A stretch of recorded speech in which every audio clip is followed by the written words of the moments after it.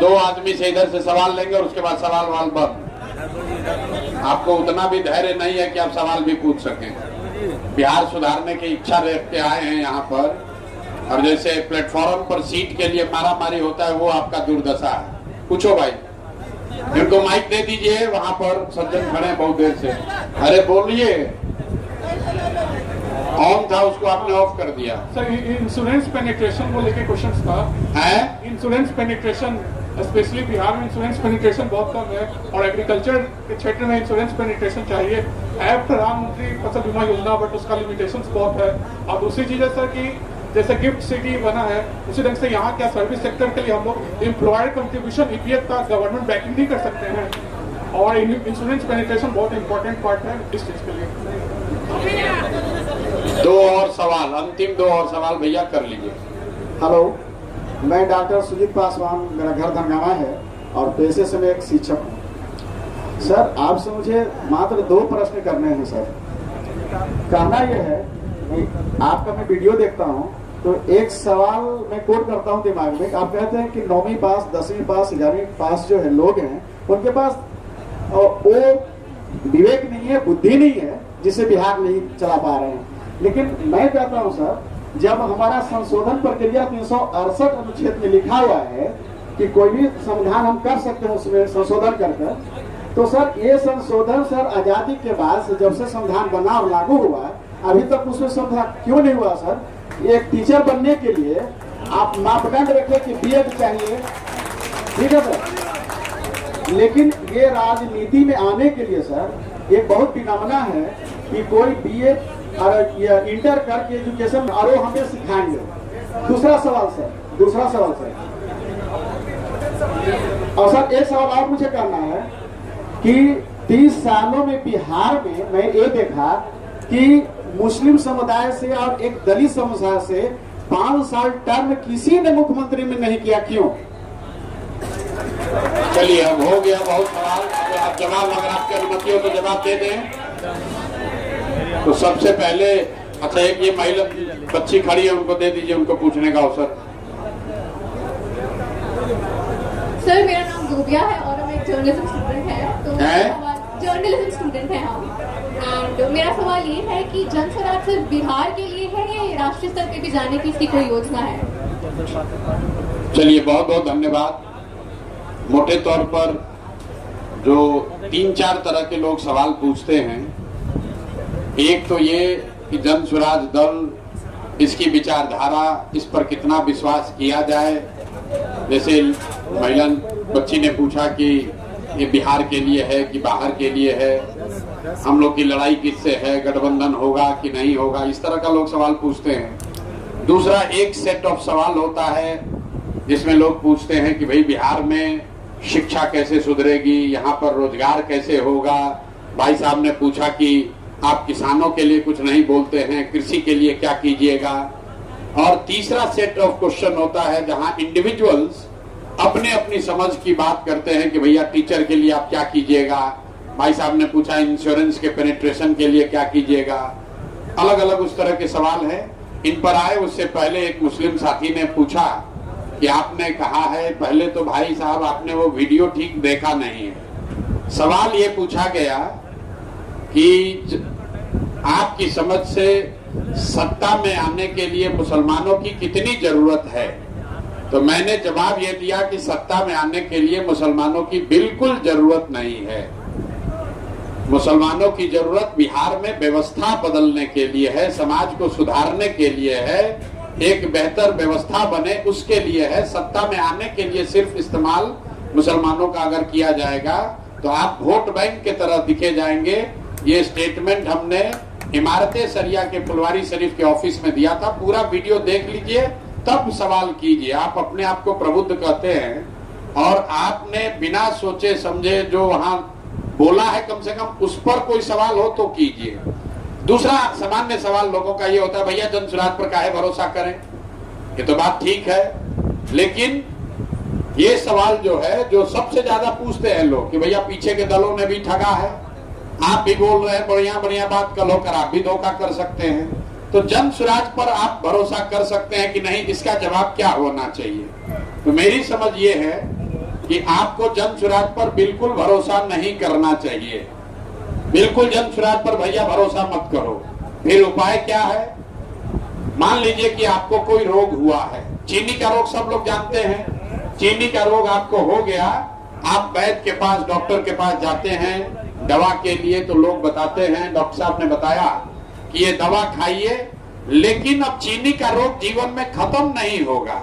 आपको संयम से रहना पड़ेगा, थोड़ा योगा कीजिए, एक्सरसाइज कीजिए, चीनी मत खाइए, चावल मत खाइए, तो धीरे धीरे आपका जीवन चलता रहेगा, लेकिन चीनी का रोग ठीक नहीं होगा।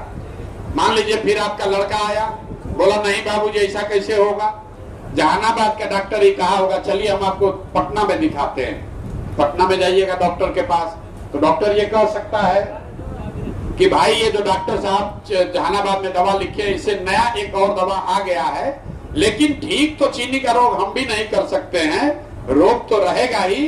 अब आपको 2 टाइम नहीं खाना पड़ेगा दवा, एक के बार खाइएगा तो ठीक रहेगा। अब आप घर आ गए, आपने सोचा भैया अब तो इसी के साथ जीवन बिताना है, डॉक्टर ने बता दिया कि ये लाइलाज बीमारी है, संयम के साथ रहेंगे तो काम चल जाएगा। फिर अचानक से कोई आपका दोस्त मित्र दिल्ली से फोन किया कि भैया दिल्ली में एक डॉक्टर है, इसके पास चीनी के रोग का इलाज है, आप भागे भागे वहां पहुंचिएगा। दिल्ली आप पहुंचे, डॉक्टर से बात हुई, डॉक्टर ने कहा कि हाँ भाई इलाज तो है, एक नई दवा आई है अभी अमेरिका से, जिसको अगर आप खाएं तो चीनी का रोग ठीक हो सकता है, आप तो खुश हो जाइएगा। फिर वो डॉक्टर बताएगा लेकिन एक दिक्कत है कि ठीक होने की संभावना 50% है, 50% संभावना है कि ठीक हो भी सकता है, 50% संभावना है कि ठीक नहीं भी हो सकता है। तो आपका जवाब क्या होगा? आपका जवाब ये होगा कि भैया 50% तो संभावना है ना, चलो आप ट्राई करके देखो, शायद ठीक हो जाए। तो मैं ये उदाहरण इसलिए दे रहा हूं कि बिहार में जितने दल हैं वो पहले से, जो यहाँ राजद है, जदयू है, भाजपा है, वो वही पुरानी दवा है जिसको खा खा के आप देख के सब परख के देख लिए, अब उसमें सुधार नहीं हो रहा है। और जन सुराज एक नई दवा आई है जो काम कर भी सकती है, काम नहीं भी कर सकती है। तो आप लोग तय कर लीजिए कि नया दवा ट्राई करना चाहते हैं कि पुराना एक्सपायर दवा ही खाकर जीना चाहते हैं। आप तय कर लो भाई, नया दवा खाना है ना, तो नया दवा में कोई गारंटी नहीं है कि ठीक होगा, 50% चांस है। तो जहानाबाद का आदमी क्या कहेगा, अरे भाई 30 बरिस से लालू, नीतीश, भाजपा, कांग्रेस को देख के थक गए, चलो एक बार नए ट्राई करके देख लेते हैं, शायद कुछ ठीक हो जाए। और अगर नहीं ठीक होगा तो 5 वर्ष के बाद आपके पास फिर उपाय है, आप जैसे दूसरे दल को हटाते हैं वैसे जन सुराज को भी मार के हटाइए। एक चीज अब आपको एक आंकड़ा देते हैं, ताली मत बजाइए, समझ लीजिए, पूरे देश में 1/3 देश की जो अर्थव्यवस्था है वो सिर्फ 5 ही राज्यों में है। वो 5 राज्य कौन कौन से हैं? केरल, तमिलनाडु, कर्नाटक, आंध्र प्रदेश और तेलंगाना। इन 5 राज्यों में देश की 1/3 अर्थव्यवस्था है। इन 5 राज्यों में अलग अलग भाषा बोली जाती है, अलग अलग दलों की सरकार है, अलग अलग विचारधारा के लोग हैं, इनकी आर्थिक सामाजिक परिस्थिति अलग अलग रही है। और सबसे महत्वपूर्ण, आजादी के समय ये 5 राज्य करीब करीब बिहार के बराबर के ही राज्य थे आर्थिक और विकास के नजरिए से। तो इन 5 राज्यों में ऐसा क्या हुआ कि ये आज बिहार से इतना आगे निकल गए? बिहार से ही नहीं, देश के अन्य राज्यों से भी बहुत आगे निकल गए। आप ध्यान से देखिएगा तो उन 5 राज्यों में एक बात कॉमन है, जो मैंने अभी दवा वाली बात बताई उससे जुड़ी हुई। इन 5 राज्यों में आज तक आजादी के बाद 78 साल में इन 5 राज्यों में कोई भी दल, कोई भी नेता 10 बरस से ज्यादा समय तक वहां लगातार मुख्यमंत्री नहीं रहा है। जनता वहां पलटती रहती है। और बिहार में एक बार आप लालू को पकड़ लिए तो उसी का पैर पकड़ के लटके हुए हैं। एक बार मोदी जी का चेहरा अच्छा लग गया तो मोदी जी चाहे आपको ट्रेन पर बैठाएं या घर में लेटाएं, आप मोदी जी को नहीं छोड़िएगा। तो मेरे भाई, लोकतंत्र अगर जिंदा होगा, लोकतंत्र में नेता को अगर ये डर होगा कि मैं काम नहीं करूंगा तो जनता हमको हटाएगी, तभी काम होगा, चाहे वो नेता जनसुराज का हो, भाजपा का हो, जदयू का हो, राजद का हो। और किसी दल का नेता अगर ये समझ जाए कि भैया हम कुछ काम करे न करे जनता हम ही को वोट देगी, तो कभी भी वो काम नहीं करेगा। देखिए यहाँ बहुत बड़ी संख्या में मुसलमान साथी बैठे हुए हैं। बिहार में दलितों के बाद सबसे ज्यादा गरीबी, बदहाली, फटेहाली किसकी है? मुसलमानों की है। इनकी इतनी दुर्दशा क्यों है? बाकी ये लोग से जिसको खड़ा कराइएगा तो मुसलमान कहेगा भैया हम लोग को सब ने ठग लिया, हमको कांग्रेस ने ठगा, हमको राजद ने ठगा, हमको भाजपा परेशान कर रही है। मैं आपको बता रहा हूं कि आपकी ये दुर्दशा क्यों है। आपकी दुर्दशा इसलिए है कि आपने लोकतांत्रिक अपने सारे दरवाजे खुद से बंद कर लिए। लोगों को मालूम है कि भैया इनका काम करो या मत करो, इनके साथ खड़ा रहो या मत रहो। अब तो स्थिति यहाँ आ गई है कि इनसे वोट मांगो या न मांगो, जो भी इनको भाजपा को हराता हुआ दिखेगा ये वोट हमको देगा ही देगा। इसीलिए मुसलमानों का काम कोई नहीं कर रहा है। ऐसा नहीं कि दूसरों का काम हो रहा है, लेकिन मुसलमानों की हालत बहुत ज्यादा खराब है। मैं अपने अनुभव से आपको बता रहा हूँ। पदयात्रा के दौरान हमने ये देखा कि जो मुसलमानों के बड़े गांव है, आप जाकर जहानाबाद में भी देख लीजिएगा, जो मुसलमानों के ऐसे गांव जहां उनकी आबादी 3000 से ज्यादा है, उन गांवों की हालत सबसे ज्यादा खराब है।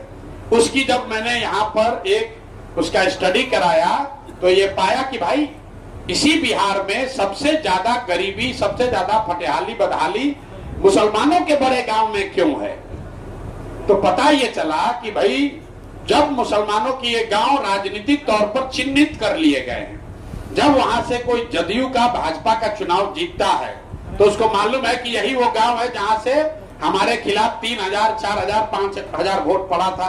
तो 5-5 साल उस गांव में विधायक आता ही नहीं है, कोई काम नहीं कराता है। और दूसरी बात, अगर कहीं गलती से राजद वाला जीत गया तो वो कहता है कि तो 5000 वोटवा अपना जेबे में है, इसका काम क्यों करा, ये सब कहां जाएगा। तो दोनों ही हालत में मुसलमानों के गांव में काम नहीं हो रहा है। और हमारी बात पर अगर आपको यकीन न हो तो आप जाकर देख लीजिएगा। अभी आप यहां से खड़े खड़े पश्चिम चंपारण में सबसे ज्यादा बदहाल प्रखंड कौन है? मझौलिया। पूर्वी चंपारण में सबसे ज्यादा बदहाल प्रखंड, पिछड़ा प्रखंड कौन है? तुरकौलिया, नरकटिया। गोपालगंज में सबसे पिछड़ा प्रखंड कौन है? मुसलमानों की आबादी वाला जो सबसे बड़ा बरौली है, वो सबसे पिछड़ा प्रखंड है। मधुबनी में, दरभंगा में, सिवान में, छपरा में, आंख बंद करके सीतामढ़ी में जाइए, सबसे पिछड़ा प्रखंड कौन है? बरगेनिया। इन सब प्रखंडों में आप देखिएगा मुसलमानों की आबादी 80,000, 1 लाख से ज्यादा है। ऐसा क्यों है? क्योंकि ये गांव, ये पूरे के पूरे प्रखंड मुसलमानों के लोगों ने राजनीतिक तौर पर चिन्हित कर लिए हैं। जिनका आप विरोध कर रहे हैं वो तो आपको परेशान कर ही रहा है, वो आपका काम नहीं करता है। लेकिन जिनको आप वोट देकर जिताने की कोशिश कर रहे हैं, वो भी जब जीत कर जाता है कहता है सब जाएगा कहां, हमको तो वोट देवे करेगा, इसलिए वो भी आपका काम नहीं करता है। तो मेरे भाई, कमोवेश यही स्थिति पूरे बिहार की है।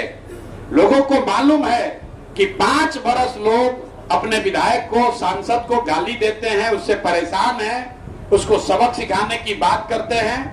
लेकिन जैसे ही चुनाव आएगा तो जैसे मुस्लिम साथी भाजपा के डर से वही लालटेन को वोट देते हैं, उसी तरह हिंदुओं का एक बड़ा वर्ग है जिसको लालू जी से डर लगता है, लालू के जंगल राज से डर लगता है। वो कहता है चलो कतनो खराब है, लालू से तो ठीक है भैया, चलो इसी को वोट दे देते हैं। ये बिहार की दुर्दशा का मुख्य कारण यही है कि लोग यहाँ सब कुछ जानने, समझने, भोगने के बाद लालू के डर से भाजपा, भाजपा के डर से लालू। तो जब तक ये स्थिति नहीं सुधरेगी तब तक 1 प्रशांत किशोर आए या 10 प्रशांत किशोर आए, ये सुधार नहीं हो सकता है। आप ये मत मानिए कि कोई जन सुराज में आया है, प्रशांत किशोर आए हैं, ये सुधार देंगे। ये सुधार नहीं हो सकता है जब तक यहाँ की जनता नहीं सुधरेगी। आप नहीं सुधरोगे तो कैसे सुधार होगा? जनता का हालत देखिए। जो मुसलमान है, आपको बताया गया है, और हम लोग क्या बताएंगे, आपके तो दीन में ये बात बताई गई है कि मुसलमानों को हक के साथ खड़ा होना है। लेकिन आज का मुसलमान किसके साथ खड़ा है?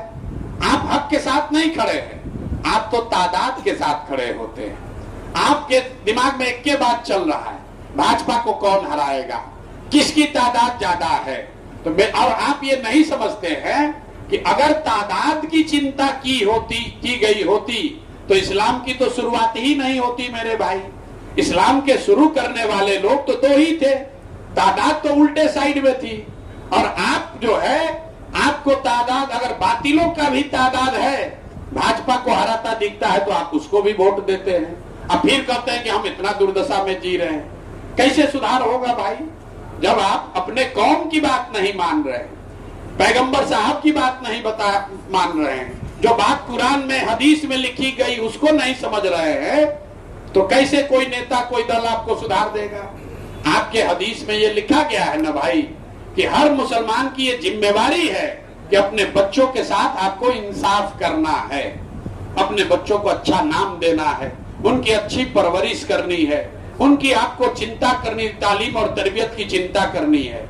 आज बिहार में आधे से ज्यादा मुसलमान चाह कर भी अपने बच्चों के साथ इंसाफ नहीं कर सकते हैं। लेकिन भाजपा का डर इतना है कि जिन लोगों ने आपको इस स्थिति में पहुंचाया है कि आप हदीस में बताई हुई बात भी इंप्लीमेंट नहीं कर पा रहे हैं, अपने जीवन में लागू नहीं कर पा रहे हैं, उसी आदमी को जाकर आप फिर वोट देते हैं इस नाम पर कि हमको भाजपा को हराना है। यहाँ जितने मुसलमान हैं जो इससे पूछिएगा कहेगा भैया हम लोग तो अल्लाह को छोड़कर किसी से नहीं डरते हैं। बात तो ठीक है, हम आपको कह रहे भैया आपसे ज्यादा राजनीतिक तौर पर डरपोक कौम हमने कोई देखा ही नहीं है। भाजपा का कोई नाम बता दे, अब बस आप लोग डर के मारे उसको वोट दे दीजिएगा। अरे भाई आप हमारी बात मत मानिए, जन सुराज से बिल्कुल सरोकार मत रखिए, लेकिन जो बात इस्लाम में बताई गई, जो बात आपके पैगंबर साहब ने बताई, कम से कम उसको तो देखिए। पैगंबर साहब ने लिखा है ना ये बात कि जिस कौम को अपने रहनुमाओं की समझ नहीं होगी उसके ऊपर जालिम हुक्मरानों को मुसल्लत कर दिया जाएगा। ये बात हमने तो नहीं कही है। अरे भाई तो आप ताली बजाते हो तो इस लाइन को पूरा पढ़ लीजिए। पैगंबर साहब ने क्या लिखा कि जिसको अपने रहनुमाओं की समझ, जिस कौम को अपने रहनुमाओं की समझ नहीं होगी